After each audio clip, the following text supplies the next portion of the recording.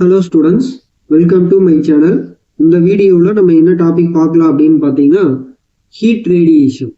So already பார்த்தீங்கன்னா heat conduction convection முடிச்சுட்டு இப்போ நம்ம ரேடியேஷனுக்கு வந்துட்டோம்.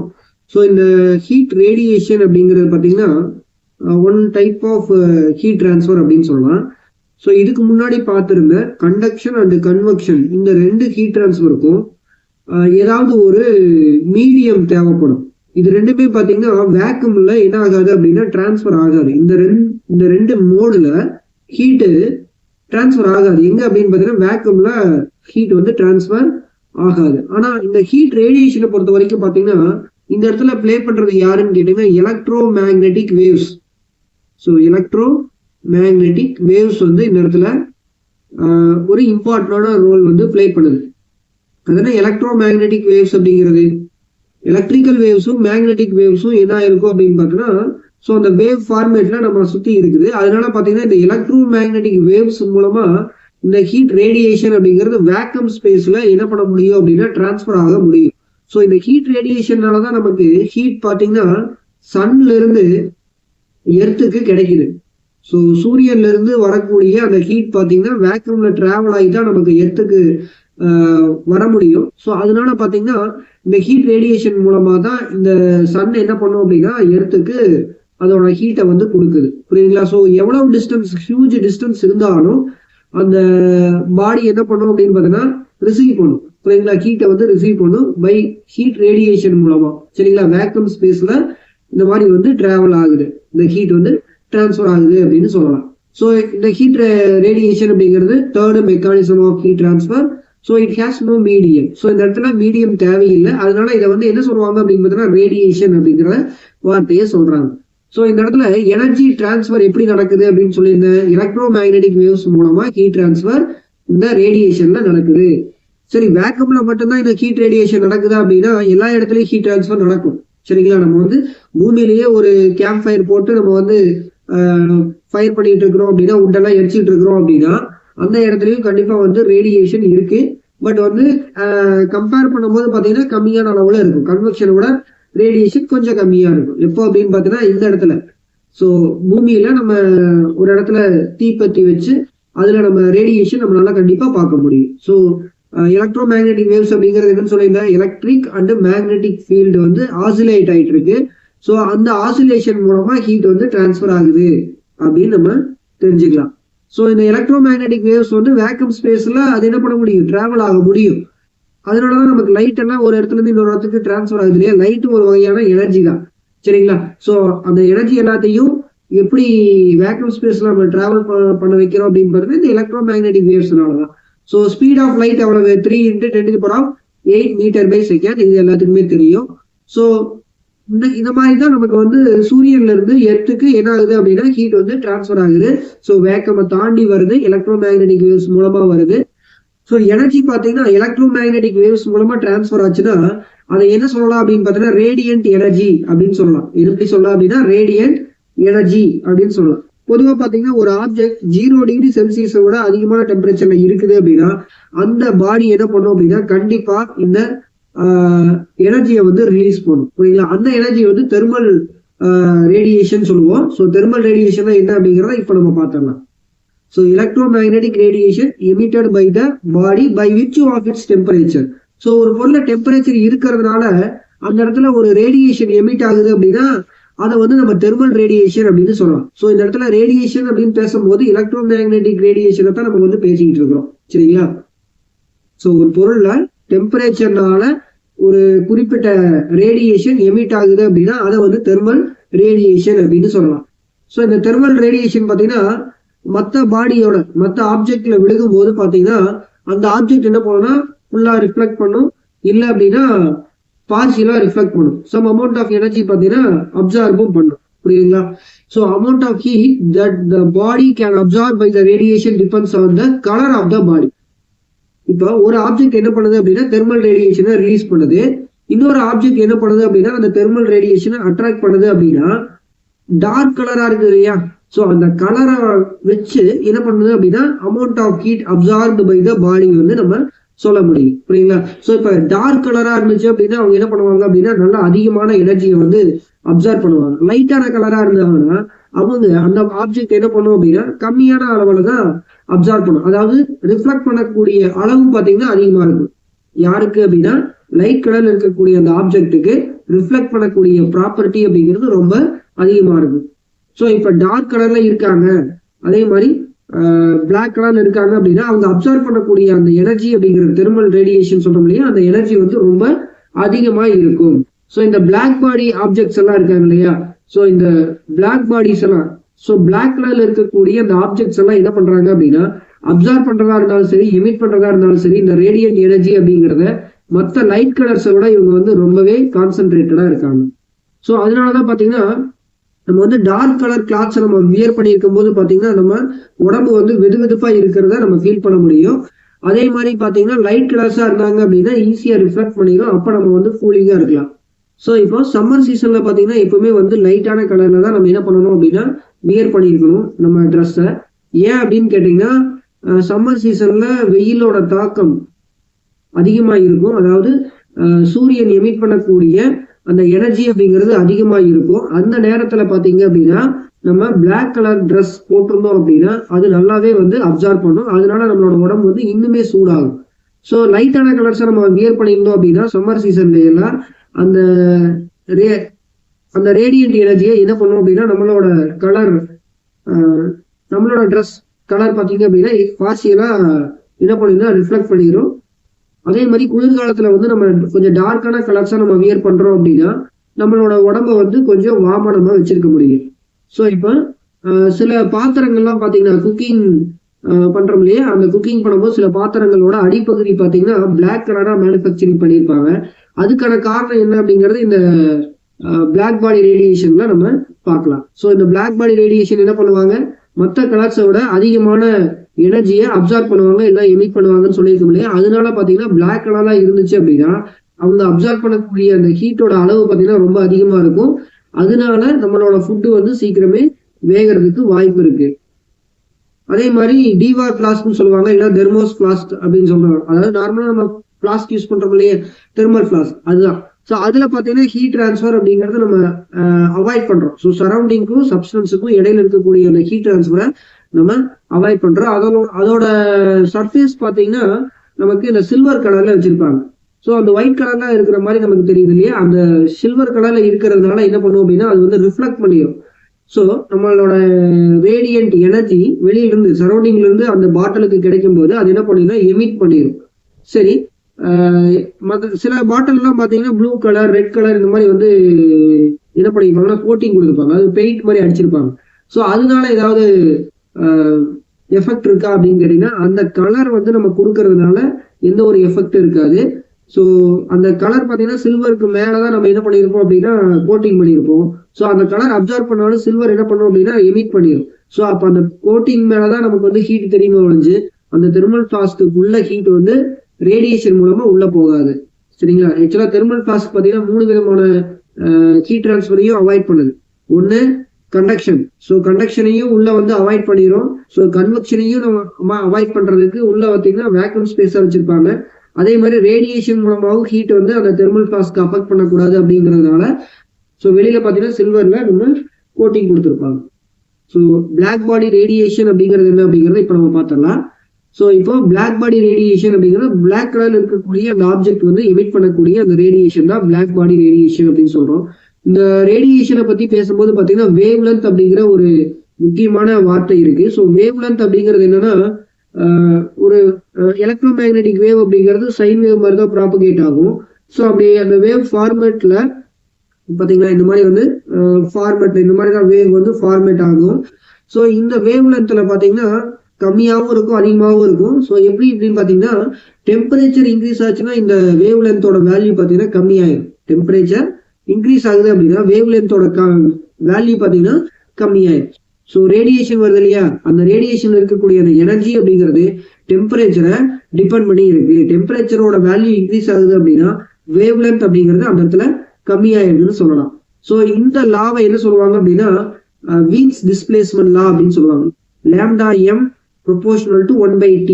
ஸோ 1/t ஏன் போட்டிருக்கு அப்படின்னா டெம்பரேச்சர் இன்க்ரீஸ் ஆகும்போது லேம்டா வந்து கம்மியாகுது. அதனால பாத்தீங்கன்னா ப்ரொபோஷனல்ல 1/t அப்படின்னு போட்டிருக்காங்க. ப்ரொபோஷனல் அப்படின்னா ரிலேஷன்ஷிப். சரியா?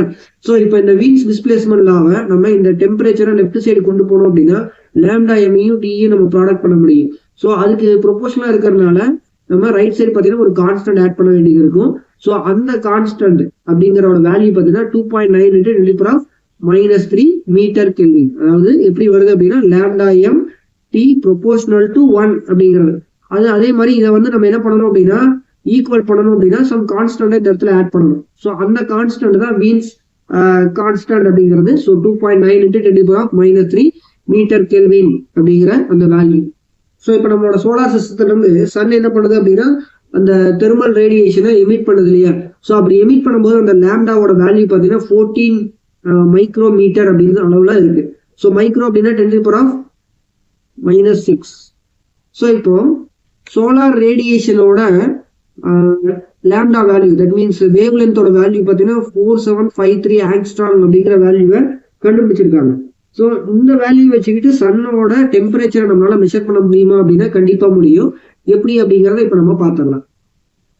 ஸோ நமக்கு வீன்ஸ் டிஸ்பிளேஸ்மெண்ட் படி பார்த்தீங்கன்னா ஃபார்முலா வந்து lambda m × T is equal to constant இல்லையா? ஸோ இந்த இடத்துல கான்ஸ்டன்டோட வேல்யூ தான் நம்ம என்ன சப்ஸ்டிட் பண்ணணும் அப்படின்னா 2.9 × 10⁻³ மீட்டர் கெல்வின் வந்து நம்ம சப்ஸ்டிட் பண்ணணும். இது என்ன கான்ஸ்டன்ட்? Wien's displacement constant. புரியுதா? ஸோ இப்போ இந்த லேம்டா எம்மோட வேல்யூ நமக்கு தெரியும், கான்ஸ்டன்டோட வேல்யூ நமக்கு தெரியும். இதை வச்சுட்டு நம்ம டெம்பரேச்சரை மெஷர் பண்ண முடியும். ஸோ அதுல T is equal to right சைட்ல கான்ஸ்டன்ட் பார்த்தீங்கன்னா 2.9 × 10⁻³ இருக்கு. லெஃப்ட் சைட்ல இருந்த லேம்டாவை நான் ரைட் சைட்ல டினாமினேட்டருக்கு கொண்டு போயிடுறேன்.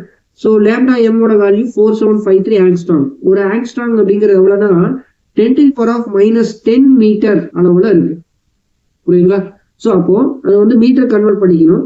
ஸோ இப்போ இந்த ரெண்டு வேல்யூ நம்ம டிவைட் பண்ணோம் அப்படின்னா நமக்கு டெம்பரேச்சரோட வேல்யூ கிடைக்கும். இது வந்து சோலார் ரேடியேஷன் தான் நம்ம எடுத்துருக்கோம். அப்போ சன்ல டெம்பரேச்சர் என்ன அப்படின்னு பாத்தீங்கன்னா 6101 கெல்வின், அதாவது 6101 கெல்வின் வந்து இருக்கு, சன்ல இருக்கு. பட் வந்து இன்டீரியர்ல கிடையாது. எப்பவுமே ரேடியேஷன் எங்கிருந்து எமிட் ஆகும் அப்படின்னு பாத்தீங்கன்னா சர்ஃபேஸ்ல இருந்தா எமிட் ஆகும். ஸோ நம்மளோட சன்னோட சர்ஃபேஸ்ல 6101 கெல்வின் வந்து டெம்பரேச்சர் இருக்கு. பட் வந்து இன்டீரியரோட டெம்பரேச்சர் அது கிடையாது. இது எல்லாத்துக்கும் பாத்தீங்கன்னா ஸ்டீஃபன் போல்ட்ஸ்மேன் லா அப்படின்னு சொல்லிட்டு ஒரு லா வந்து சொல்றாங்க. அந்த லா என்ன அப்படிங்கறத இப்ப நம்ம பார்த்துடலாம். So energy can be transferred by radiation. இது நமக்கு தெரியும் over large distance. So large டிஸ்டன்ஸ்ல வேக்கமா இருந்தாலும் கண்டிப்பா என்ன பண்ணும், எனர்ஜி வந்து டிரான்ஸ்ஃபர் ஆகும்னு பார்த்துருக்கிறோம். ஸோ இது மூலமா தான் நமக்கு சூரியன்ல இருந்து நமக்கு மற்ற கோள்கள் அதாவது மூன், எர்த் இது எல்லாத்துக்குமே அந்த ஹீட் எனர்ஜி அப்படிங்கிறது டிராவல் ஆகுது அப்படின்னு பார்த்துருக்கோம். So total electromagnetic energy radiated by the body at absolute temperature. அதாவது இந்த இடத்துல அட் அப்சல்யூட் டெம்பரேச்சர் அப்படிங்கிறது தனிச்சுழி வெப்பநிலை சொல்ல ட்ரிபிள் பாயிண்ட்ல இருந்து என்ன பண்ணிருப்பாங்க அப்படின்னா கால்குலேட் பண்ணிருப்பாங்க. அதாவது 0 கெல்வின்ல இருந்து என்ன பண்ணிருப்பாங்க அப்படின்னா கால்குலேட் பண்றது பார்த்தீங்கன்னா பர்ஃபெக்ட் வேக்யூம்ல இருந்து டெம்பரேச்சரை மெஷர் பண்றோம் அப்படின்னா அது வந்து அப்சல்யூட் டெம்பரேச்சர் அப்படின்னு சொல்லிக்கலாம். ஸோ இந்த இடத்துல total electromagnetic energy radiated என்ன அப்படின்னு பார்த்தோன்னா இந்த இடத்துல ஹெச் அப்படின்னு சொல்றதுதான். சரிங்களா? ஸோ அந்த ஹெச் அப்படிங்கிறது பார்த்தீங்கன்னா எதுக்கெல்லாம் ப்ரொபோஷனலா இருக்குன்னு பாருங்க. Area of the body. So ஒரு பாடி இருக்கு, அது வந்து அப்சர்வ் பண்ணது இல்ல எமிட் பண்ணுது அப்படின்னா அதோட ஏரியா அப்படிங்கிறது இந்த இடத்துல ஒரு முக்கியமான விஷயமா இருக்கு. அதாவது சைஸ் ஆஃப் த ஆப்ஜெக்ட் வந்து இந்த இடத்துல முக்கியமா இருக்குன்னு சொல்றாங்க. அதே மாதிரி எமிசிவிட்டி. புரியுதுங்களா? எமிசிவிட்டி அப்படிங்கிறது பார்த்தீங்கன்னா ஒரு செகண்டுக்கு எவ்வளவு ரேடியேஷன் வெளியில வரும் அப்படிங்கிறது. புரியுதா? ஸோ அபிலிட்டி ஆஃப் ரேடியேஷன் அப்படிங்கிறதா இந்த இடத்துல எமிசிவிட்டி அப்படின்னு பேசுறது. அதே மாதிரி டி அப்படிங்கிறது டெம்பரேச்சர் பவர் 4க்கு ப்ரொபோஷனலா இருக்கு. அதாவது இந்த இடத்துல ரொம்ப முக்கியமா இருக்கிறது இந்த டெம்பரேச்சர் தான். அந்த ஆப்ஜெக்டோட டெம்பரேச்சர் அப்படிங்கிறதா இந்த இடத்துல முக்கியமா இருக்கு. So electromagnetic energy radiated by the body எதுக்கெல்லாம் ப்ரொபோஷனலா இருக்கு? Area and emissivity and temperature. இதோட இன்னொரு ஒரு இது இருக்கு. என்ன அப்படின்னு பார்த்தீங்கன்னா இதெல்லாம் ப்ரொபோஷனல் தானே சொல்லியிருக்கோம். இது ஈக்குவல் பண்ணணும் அப்படின்னா ஒரு கான்ஸ்டன்ட் தான் ஆட் பண்றாங்க. எப்பவுமே ப்ரொபோஷனல்ல இருந்து ஈக்குவல் பண்ற மாதிரி வந்துச்சுன்னா இந்த மாதிரி ஒரு கான்ஸ்டன்ட் அந்த இடத்துல உள்ள வரும். ஸோ அந்த கான்ஸ்டன்ட் வந்தா தான் ஈக்குவல் பண்ண முடியும். அதனால அந்த கான்ஸ்டன்ட்டை உள்ள கொண்டு வர்றாங்க. ஸோ இந்த இடத்துல சிக்மா அப்படிங்கிறது என்ன அப்படின்னா ஸ்டீஃபன் போல்ட்ஸ்மேன் கான்ஸ்டன்ட் அப்படிங்கிறது. Sigma is called as Stefan Boltzmann constant. இந்த ஸ்டீஃபன் என்ன பண்ணியிருக்காரு அப்படின்னா இந்த கண்டிஷன் சொன்னோம் இல்லையா, இந்த ஏரியாவுக்கு ப்ரொபோஷனலா இருக்கும், எமிசிவிட்டிக்கு ப்ரொபோஷனலா இருக்கும், அதே மாதிரி டெம்பரேச்சர் பவர் 4க்கு ப்ரொபோர்ஷனலா இருக்குன்னு சொன்னோம் இல்லையா, எது எலக்ட்ரோ மேக்னெட்டிக் ரேடியேஷன் அப்படிங்கிறது. அதை எக்ஸ்பெரிமெண்டா தான் கண்டுபிடிச்சது யாரு அப்படின்னு பாத்தீங்கன்னா ஸ்டீஃபன். தியரிட்டிக்கலா வந்து இதை ப்ரூவ் பண்ணது யாரு அப்படின்னு பாத்தீங்கன்னா போல்ட்ஸ்மேன். ஸோ இப்போ இந்த ஸ்டீஃபன் போல்ட்ஸ்மேன் லா அப்படிங்கிறது இப்படிதான் வந்திருக்கு. ஸோ இந்த ஸ்டீஃபன் போல்ட்ஸ்மேன் லாவல் படி நமக்கு இந்த சிக்மா அப்படிங்கிற ஒரு கான்ஸ்டன்ட் ஆட் பண்றாங்க. அது என்ன அப்படின்னு பார்த்தீங்கன்னா ஸ்டீஃபன் போல்ட்ஸ்மேன் கான்ஸ்டன்ட். அந்த வேல்யூ பார்த்தீங்கன்னா ரொம்ப ரிமெம்பர் பண்றதுக்கு ஈஸியா இருக்கும். எப்படின்னு பாருங்க, 5.67 × 10⁻⁸ 5,6,7,8 இந்த மாதிரியான வேல்யூல வரும். 5.67 × 10⁻⁸ watt by metre square kelvin power 4 அப்படிங்கிறது அந்த ஸ்டீஃபன் போல்ட்ஸ்மேன் கான்ஸ்டன்டோட வேல்யூ. சோ இப்ப இந்த இடத்துல எமிசிவிட்டி சொல்றோம் இல்லையா, இது வந்து பிளாக் பாடி பர்ஃபெக்ட் பிளாக் பாடியா இருந்துச்சுன்னா ஈக்குவல் டு 1 இருக்கும். புரியுங்களா? சோ பிளாக் பாடிக்கு ஈக்குவல் டு 1 அப்படின்னு சொல்லலாம். ஆர் அதர்வைஸ் பர்ஃபெக்ட் ரேடியேட்டருக்கு ஈக்குவல் டு 1 அப்படின்னு சொல்லலாம். அப்படிங்கிறது எமிசிவிட்டி, அதாவது ability to emit the radiation, அதான் எமிசிவிட்டி அப்படின்னு சொல்றது. சரி, இப்போ ஒரு டங்ஸ்டன் லேம்ப் இருக்குன்னு வச்சுக்கலாம். அதோட எமிசிவிட்டி பாத்தீங்கன்னா 0.4. எப்ப அப்படின்னு பாத்தீங்கன்னா 3000 கெல்வின்ல அந்த 0.4 எமிசிவிட்டியை ரீச் பண்றாங்க. ஏ அப்படிங்கிறது பார்த்தீங்கன்னா area of the tungsten lamp 0.3 centimetre square. So இப்போ இந்த எமிசிவிட்டி, ஏரியா, அந்த டெம்பரேச்சர், இது மூணும் தெரியும். இந்த சிக்மாவோட வேல்யூ நமக்கு தெரியும். நம்ம சால்வ் பண்ணோம் அப்படின்னா 60 வாட் வேல்யூல அந்த ரேடியேஷன் வந்து எமிட் ஆயிட்டு இருக்கு. எப்போ அப்படின்னு பார்த்தீங்கன்னா இந்த டெம்பரேச்சரோட வேல்யூ பார்த்தீங்கன்னா 3000 கெல்வின் இருக்கணும். டங்ஸ்டனோட டெம்பரேச்சர் 3000 கெல்வின்ல எமிசிவிட்டி 0.4 இருக்கு. அதோட ஏரியா பார்த்தீங்கன்னா 0.3 இருந்துச்சு அப்படின்னா நமக்கு இந்த எலக்ட்ரோ மேக்னெட்டிக் ரேடியேஷன் எவ்வளவு வருது, 60 வாட் இருக்கு. புரியுதா? ஸோ இப்போ டெம்பரேச்சர் இன்க்ரீஸ் ஆனாலும் இல்லை கம்மியானாலும் இல்லை ஏரியா வந்து சேஞ்ச் பண்ணாலும் நமக்கு இந்த ஹெச் வேல்யூ வந்து கண்டிப்பா சேஞ்ச் ஆகும் இல்லையா? ஸோ ஃபர்ஸ்ட் நம்ம தியரிட்டிக்கலா பார்த்தது பார்த்தீங்கன்னா பிளாக் பாடி ரேடியேஷன் அப்படிங்கிறது டெம்பரேச்சர் டிபெண்ட் பண்ணி தான் இருக்கு. அது மெட்டீரியலையோ இல்லை ஷேப் அண்ட் சைஸையோ பொறுத்து இல்லை அப்படின்னு சொல்லி பார்த்தோம். ஸோ இப்போ ஸ்டீஃபன் போல்ட்ஸ்மேன் லா என்ன சொல்லுது அப்படின்னு பாத்தீங்கன்னா ஏரியாவுக்கும், அதாவது ஷேப் ஆஃப் த பாடிக்கும், எமிசிவிட்டி, அதே மாதிரி டெம்பரேச்சர், இந்த மூணுக்குமே பாத்தீங்கன்னா ப்ரொபோர்ஷனலா இருக்கும் அப்படின்னு சொல்லி சொல்றாங்க. ஸோ இது எல்லாமே வந்து இன்க்ரீஸ் ஆச்சுன்னா எலக்ட்ரோ மேக்னெட்டிக் ரேடியேஷன் இன்க்ரீஸ் ஆகும், கம்மி ஆச்சுன்னா கண்டிப்பா கம்மியாகும் அப்படின்னு சொல்றதா இந்த ஸ்டீஃபன் போல்ட்ஸ்மேன் லா. ஹியூமன் பாடி இருக்கு அப்படின்னா அது என்ன டெம்பரேச்சரை எமிட் பண்ணும் இல்ல ஹீட் லாஸ் பண்ணும் அப்படிங்கிறத நம்ம பார்க்கலாம். A body temperature T with surroundings at temperature Ts. நம்மளோட பாடியோட டெம்பரேச்சர் T அப்படின்னு எடுத்துக்கலாம், சரௌண்டிங்கோட டெம்பரேச்சர் Ts அப்படின்னு எடுத்துக்கலாம். இது வந்து ஹியூமன் பாடிக்கு மட்டும் கிடையாது, நீங்க எந்த ஒரு ஆப்ஜெக்ட்டுக்கும் நீங்க எடுத்துக்கலாம். So emits as well as receives energy. எப்படி எமிட் பண்ணுது, எப்படி ரிசீவ் பண்ணுது, எவ்வளவு அப்படிங்கறத நம்ம வேல்யூ கண்டுபிடிக்க முடியும் நம்மளால. இந்த formula H = sigma AE T⁴ - Ts⁴. அதாவது டெம்பரேச்சர் டிஃபரெண்ட் இந்த இடத்துல கொண்டு வர்றாங்க, அவ்வளவுதான். மற்றபடி எல்லாமே சேம் தான். இது சிக்மா ஏ அண்ட் இ எல்லாமே சேம் தான்.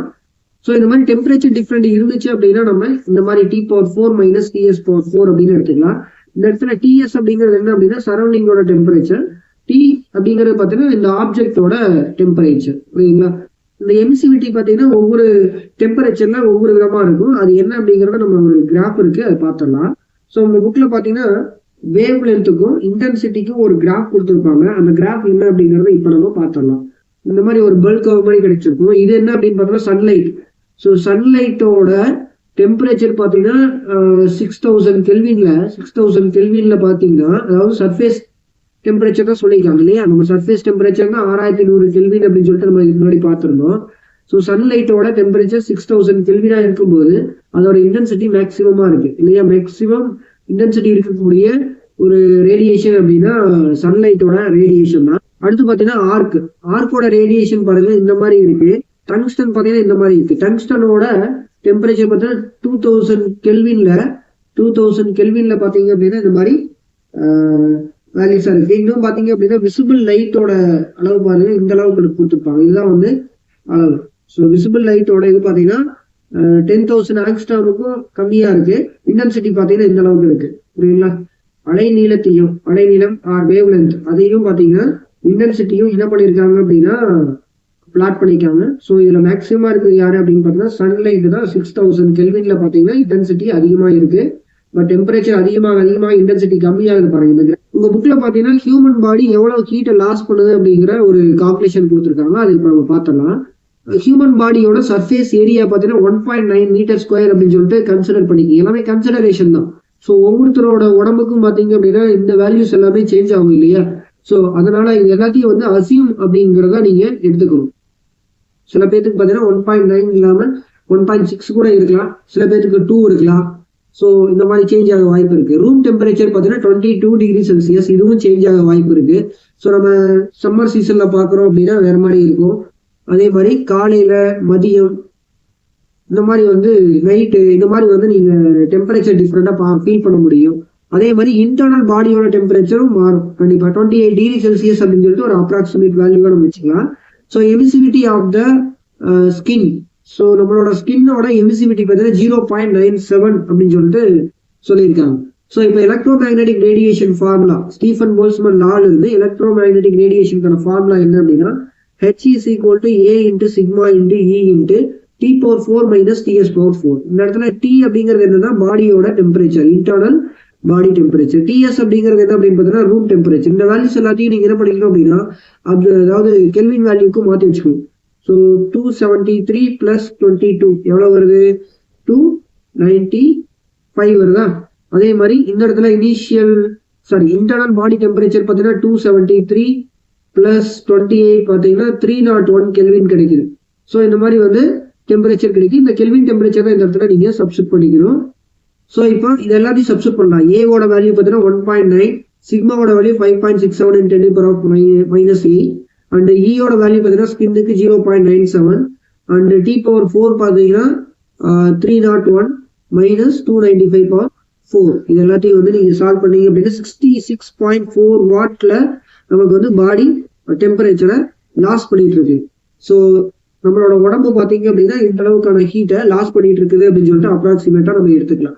ஸோ இந்த லாஸை நம்ம அவாய்ட் பண்ணணும் அப்படின்னா நம்ம என்ன பண்ணணும் அப்படின்னா ப்ராப்பர் ட்ரெஸ்ஸை வந்து நம்ம வியர் பண்ணிக்கணும். அப்படி வியர் பண்ணோம் அப்படின்னா இந்த ஹீட் லாஸ்ல இருந்து நம்மளால தப்பிக்க முடியும். புரியுதுங்களா? ஸோ அடுத்து பார்த்தீங்கன்னா energy produced by the body at rest பார்த்தீங்க அப்படின்னா 120 வாட்ஸ் வந்து எனர்ஜி வந்து ப்ரொடியூஸ் பண்ணிட்டு இருக்கோம் அட் ரெஸ்ட் கண்டிஷன்ல. ஸோ இவ்வளோதாங்க ஹீட் ரேடியேஷன் அப்படிங்கிறது. ஸோ இந்த வீடியோவில் ஹீட் ரேடியேஷனை பற்றி நல்லா தெளிவாக தெரிஞ்சிருக்கும்னு நினைக்கிறேன். அடுத்த வீடியோவில் பார்த்தீங்க அப்படின்னா நியூட்டன்ஸ் லா ஆஃப் கூலிங் இருக்கு, அது பார்த்துட்டு அதில் ரிலேட்டடாக ஒரு ப்ராப்ளம் கொடுத்துருக்காங்க, அதை நம்ம சால்வ் பண்ணோம் அப்படின்னா இந்த தெர்மல் ப்ராப்பர்ட்டிஸ் ஆஃப் மேட்டர் பார்த்தீங்க அப்படின்னா கம்ப்ளீட் ஆகிடும். ஸோ இந்த சீரியஸில் உங்களுக்கு வேற ஏதாவது டவுட் இருந்துச்சு அப்படின்னா நீங்கள் ஏதாவது ஒரு வீடியோவில் போஸ்ட் பண்ணுங்க, அதை நம்ம பார்த்துடலாம். இந்த சேனல் உங்களுக்கு ரொம்ப யூஸ்ஃபுல்லாக இருந்துச்சுன்னா உங்கள் ஃப்ரெண்ட்ஸ்க்கும் ஷேர் பண்ணுங்க. வீடியோ பற்றின கமெண்டா ஒவ்வொரு வீடியோவுக்கும் கீழே சொல்லுங்க. அடுத்த வீடியோவில் பார்க்கலாம். பாய்.